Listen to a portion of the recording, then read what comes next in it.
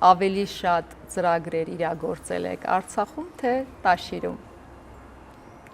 Ինչով էր առանձնահատուկ Արցախը ձեզ համար։ Արցախում մենք իրագործել ենք տեսանելի ծրագրեր եւ ավելի շատ ծրագրեր ենք իրագործել, ինչի մասին ժողովուրդը չգիտի եւ պետք էլ չի որ իմանա։ Ձեր շրջապատում ասում են, որ յուրաքանչյուր այց Արցախ մի նոր ծրագրի սկիզբ էր։ Իսկապես այդպես էր։ Ինչքան գալիս էինք, նույնիսկ ոչ միայն ես, այլ իմ ընկերները, որ ինձ հետ գալիս էին Արցախ, այնպես էինք անում, որ բոլորը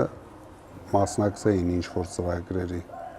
տարբեր չափերի, բայց հիմնականում բոլորը մասնակցում էին։ Իսկ երբ եք առաջին անգամ զգացել, որ Արցախում ձեզ ընկալում են ոչ թե որպես գործարար, այլ որպես հենարան։ Ճիշտն ասած, Բակո Սահակյանի ժամանակ միշտ։ Ես հիմնականում այդ ժամանակահատվածում եմ կապ ունեցել Արցախի հետ եւ այդ ժամանակահատվածը եղել է հիմնական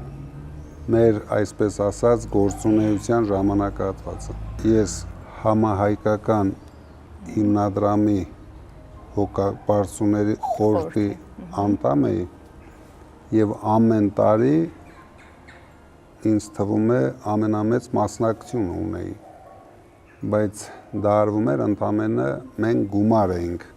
հատկացնում այդ բարեգործական ծրագրերի համար, որը մենք չէինք իրականացնում էր հիմնադրամը, բայց դրան զուգահեռ ես սկսեցի մեր ծրագրերը անմիջական իրականացնել, բայց հիմնադրամի մասով կարող եմ ասել, որ ինձ թվում է ես բոլոր տարիների ամենամեծ